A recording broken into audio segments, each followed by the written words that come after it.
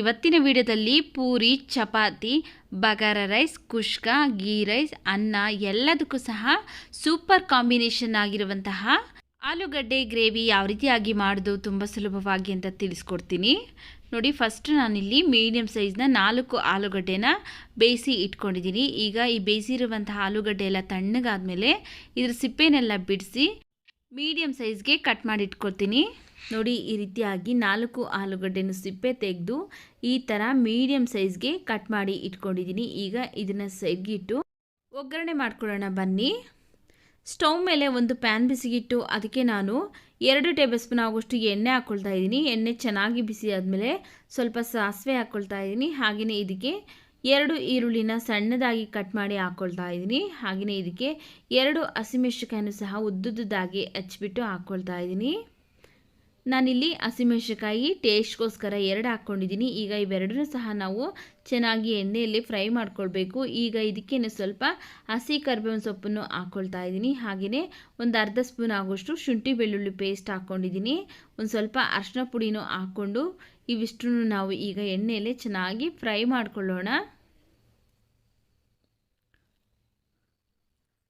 ನೋಡಿ. ಇಷ್ಟು ಫ್ರೈ ಮಾಡಿಕೊಂಡ್ರೆ ಸಾಕಾಗುತ್ತೆ. ಈಗ ಇದಕ್ಕೆ ನಾನು ಒಂದು 3 ಸ್ಪೂನ್ ಆಗೋಷ್ಟು ಮೊಸರು ಹಾಕ್ಕೊಳ್ತಾ ಇದ್ದೀನಿ. ಮೊಸರನ್ನ ಹಾಕಿದ ತಕ್ಷಣ ನಾವು ಸ್ಟವ್ನ ಲೋ ಫ್ಲೇಮಲ್ಲಿ ಇಟ್ಕೊಂಡು ಚೆನ್ನಾಗಿ ಒಂದು 2 ನಿಮಿಷಗಳ ಕಾಲ ಫ್ರೈ ಮಾಡ್ಕೊಳ್ಬೇಕು. ನಾವು ಒಗ್ಗರಣೆಗೆ ಎಣ್ಣೆ ಹಾಕಿರ್ತೀರಲ್ಲ ಅದೆಲ್ಲ ಮೇಲೆ ಬಿಟ್ಕೊಳ್ಳುತ್ತೆ. ಆದ್ದರಿಂದ ನಾವು 2 ನಿಮಿಷಗಳ ಕಾಲ ಚೆನ್ನಾಗಿ ಲೋ ಫ್ಲೇಮಲ್ಲೇ ಬೇಯಿಸ್ಕೊಳ್ಬೇಕು ನೋಡಿ. ಈ ರೀತಿಯಾಗಿ 2 ನಿಮಿಷ ಚೆನ್ನಾಗಿ ಫ್ರೈ ಮಾಡ್ಕೊಂಡಿದ್ದೀನಿ. ಎಣ್ಣೆ ಎಲ್ಲ ಮೇಲೆ ಬಂದಿದೆ, ನಿಮಗೆ ಕಾಣಿಸ್ತಾ ಇದೆ ನೋಡಿ. ಈಗ ಇದಕ್ಕೆ ನಾನು ಒಂದು ಅರ್ಧ ಸ್ಪೂನ್ ಆಗೋಷ್ಟು ಧನಿಯಾ ಪೌಡರ್, ಅರ್ಧ ಸ್ಪೂನ್ ರೆಡ್ ಚಿಲ್ಲಿ ಪೌಡರ್ನ ಹಾಕ್ಕೊಂಡು ಫ್ರೈ ಮಾಡ್ಕೊಳ್ತಾ ಇದ್ದೀನಿ. ನೋಡ್ಕೊಳ್ಳಿ, ನಿಮ್ಮ ಖಾರಕ್ಕೆ ಎಷ್ಟು ಬೇಕಾಗುತ್ತಲ್ಲ ಅಷ್ಟು ರೆಡ್ ಚಿಲ್ಲಿ ಪೌಡರ್ನ ಹಾಕ್ಕೊಂಡು ಫ್ರೈ ಮಾಡ್ಕೊಳ್ಳಿ.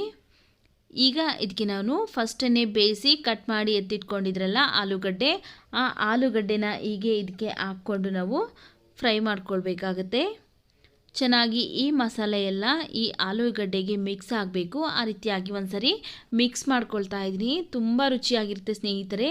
ಇದನ್ನು ನಾವು ಚಪಾತಿಗೆ, ಪೂರಿಗೆ ಅಥವಾ ಬಗಾರ ರೈಸು, ಕುಷ್ಕ ನೀವು ಏನೇ ಮಾಡೋದು ಸಹ ಎಲ್ಲದಕ್ಕೂ ಸಹ ಪರ್ಫೆಕ್ಟಾಗಿ ಇರುತ್ತೆ ನೋಡಿ. ಚೆನ್ನಾಗಿ ಮಿಕ್ಸ್ ಮಾಡಿಕೊಂಡು ಈಗ ನೋಡಿಕೊಂಡು ಗ್ರೇವಿಗೆ ಎಷ್ಟು ಬೇಕಾಗುತ್ತಲ್ಲ ಅಷ್ಟು ನೀರನ್ನು ಹಾಕ್ಕೊಳ್ಳಿ. ನಾನಿಲ್ಲಿ ದೊಡ್ಡ ಗ್ಲಾಸಲ್ಲಿ 1 ಗ್ಲಾಸ್ ನೀರನ್ನು ಹಾಕ್ಕೊಂಡಿದ್ದೀನಿ. ಈಗ ರುಚಿಗೆ ತಕ್ಕಷ್ಟು ಉಪ್ಪನ್ನು ಹಾಕಿ ಚೆನ್ನಾಗಿ ಕುದಿಸ್ಕೊಳ್ಬೇಕು. ಗ್ರೇವಿ ಸ್ವಲ್ಪ ತಿಕ್ಕಾಗುತ್ತೆ, ಅಂದರೆ ಸ್ವಲ್ಪ ಗಟ್ಟಿ ಆಗುತ್ತೆ. ಅದರಿಂದ ನಾನು ಒಂದು 2 ರಿಂದ 3 ನಿಮಿಷ ಚೆನ್ನಾಗಿ ಕುದಿಸ್ಕೊಳ್ತಾ ಇದ್ದೀನಿ ನೋಡಿ. ಈಗ ತುಂಬ ಗಟ್ಟಿ ಮಾಡ್ಕೊಳ್ತಾ ಇಲ್ಲ ನೋಡಿ. ಈ ರೀತಿಯಾಗಿ ಮೀಡಿಯಮ್ ಗಟ್ಟಿಯಾಗಿ ಮಾಡ್ಕೊಳ್ತಾ ಇದ್ದೀನಿ. ನಾನಿಲ್ಲಿ ಬಗಾರ ರೈಸ್ಗೆ ಮಾಡ್ತಾ ಇದ್ದೀನಿ, ಆದ್ದರಿಂದ ನಾನಿಲ್ಲಿ ಮೀಡಿಯಮ್ ಹದಕ್ಕೆ ಮಾಡ್ಕೊಳ್ತಾ ಇದ್ದೀನಿ. ತುಂಬ ಗಟ್ಟಿ ಮಾಡ್ಕೊಂಡ್ಬಿಟ್ರೆ ಏನಾಗುತ್ತೆ ಅಂದರೆ ಇದು ಬಿಸಿ ಇರಬೇಕಾದ್ರೆ ತೆಳುವಾಗಿ ಅನಿಸುತ್ತೆ, ತಣ್ಣಗಾದ್ಮೇಲೆ ತುಂಬ ಗಟ್ಟಿ ಆಗಿಬಿಡುತ್ತೆ, ಗ್ರೇವಿ ಅನ್ನೋದು ಸಿಗೋದಿಲ್ಲ. ಆದ್ದರಿಂದ ಈ ಹದಕ್ಕಿದ್ರೆ ಸಾಕಾಗುತ್ತೆ. ಈಗ ಇದಕ್ಕೆ ಲಾಸ್ಟಲ್ಲಿ ಒಂದು 1/4 ಸ್ಪೂನ್ ಆಗೋಷ್ಟು ಗರಂ ಮಸಾಲ, ಸ್ವಲ್ಪ ಕಸೂರಿ ಮೇಥಿ, ಹಾಗೆಯೇ ಸ್ವಲ್ಪ ಸಣ್ಣದಾಗಿ ಕಟ್ ಮಾಡಿರುವಂತಹ ಕೊತ್ತಂಬರಿ ಸೊಪ್ಪನ್ನು ಹಾಕಿ ಚೆನ್ನಾಗಿ ಒಂದ್ಸರಿ ಮಿಕ್ಸ್ ಮಾಡಿಕೊಂಡು ಸ್ಟವ್ ಆಫ್ ಮಾಡ್ಕೊಳ್ತೀನಿ ನೋಡಿ. ಈಗ ಟೇಸ್ಟಿಯಾಗಿರುವಂತಹ ಆಲೂ ಗ್ರೇವಿ ರೆಡಿಯಾಗಿದೆ. ಈ ವಿಡಿಯೋ ನಿಮಗೆ ಇಷ್ಟವಾಗಿದೆ ಅನಿಸಿದ್ರೆ ಈ ವಿಡಿಯೋಗೊಂದು ಲೈಕ್ ಮಾಡಿ, ಈ ವಿಡಿಯೋವನ್ನು ನಿಮ್ಮ ಫ್ಯಾಮಿಲಿ ಫ್ರೆಂಡ್ಸ್ಗೆ ಶೇರ್ ಮಾಡಿ, ನಮ್ಮ ಚಾನಲ್ಗೆ ಸಬ್ಸ್ಕ್ರೈಬ್ ಮಾಡಿ ಸಪೋರ್ಟ್ ಮಾಡಿ ಸ್ನೇಹಿತರೆ.